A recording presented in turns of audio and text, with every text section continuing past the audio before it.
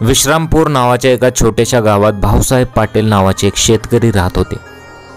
पाटील हे अत्यंत शांत स्वभावाचे आणि कायद्याचे पालन करणारे नागरिक होते, परंतु त्यांनी असं काही केलेलं आहे की तुम्हाला सुद्धा एक मोठा धक्काच बसेल।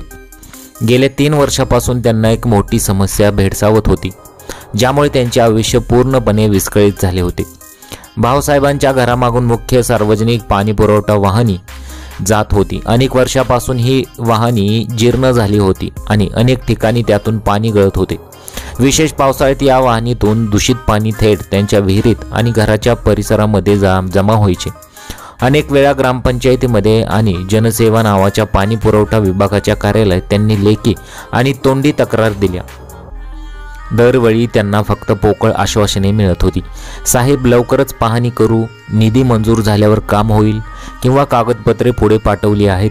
3 वर्षे उलटली तरी साधी वाहने दुरुस्त करण्यासाठी तशी कोणतीही त्यांनी खबरदारी घेतली नाही।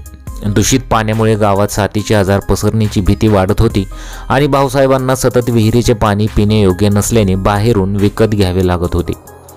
या सर्व प्रकारामुळे भाऊसाहेब पाटील पूर्णपणे हताश झाले होते। त्यांनी निर्णय घेतला की आता प्रशासनाला गांभीर्य दाखवण्यासाठी काहीतरी वेगळं करावे लागेल।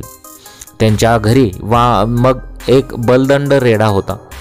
हा भाऊसाहेबांच्या कुटुंबातील एक सदस्यच होता। भाऊसाहेब त्या रेड्याला घेऊन थेट जनसेवक कार्यालयाच्या शहरातल्या मुख्य शाखेत पोहोचले। हे कार्यालय 2ऱ्या मजल्यावर होते। त्यांनी कसे तरी त्या रेड्याला जिना चढवून थेट कार्यालयाच्या मध्यभागी आणले आणि एका कोपऱ्यात त्याला बांधून ठेवले। सकाळची वेळ होती, अधिकारी आणि कर्मचारी कामावर हजर झाले नव्हते, पण लवकरच कार्यालयात एकच गोंधळ उडाला। टेबल खुर्च्यांच्या मधोमध एक भला मोठा रेडा पाहून कर्मचाऱ्यांची धावपळ सुरू झाली।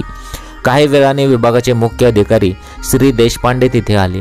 कार्यालयात रेडा आणि पोस्टर पाहताच ते थक्क झाले। भाऊसाहेब शांतपणे एका कोपऱ्यात उभे होते। देशपांडेंनी भाऊसाहेबांना विचारले, पाटील हे काय चाललंय? हा रेडा इथे कशासाठी आणला? भाऊसाहेबांनी शांतपणे उत्तर दिले, साहेब गेली 3 वर्ष मी माझ्या दूषित पाण्याच्या समस्येबद्दल ओरडत आहे, पण तुमचा विभाग काहीही ऐकत नाही। त्यामुळे मी विचार केला की कदाचित हा माझा रेडा तुमच्या अधिकाऱ्यांपेक्षा अधिक जागरूक असेल आणि तो इथे बसल्यावर तुम्ही तरी जागे व्हाल। या अनोख्या आंदोलनाची बातमी लगेच सोशल मीडियावरती पसरली। कार्यालयाबाहेर लोकांची गर्दी जमली, विभागाची मोठी नाचक्की झाली आणि श्री देशपांडेंनी तात्काळ भाऊसाहेबांची समस्या समजून घेतली।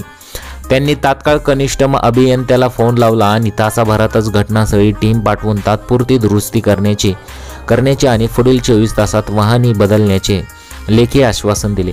भाऊसाहेबांनी लेखी आश्वासन घेतल्यानंतरच मग तो रेडा जो होता तो भाऊसाहेब त्याला घेऊन कार्यालयातून बाहेर पडले।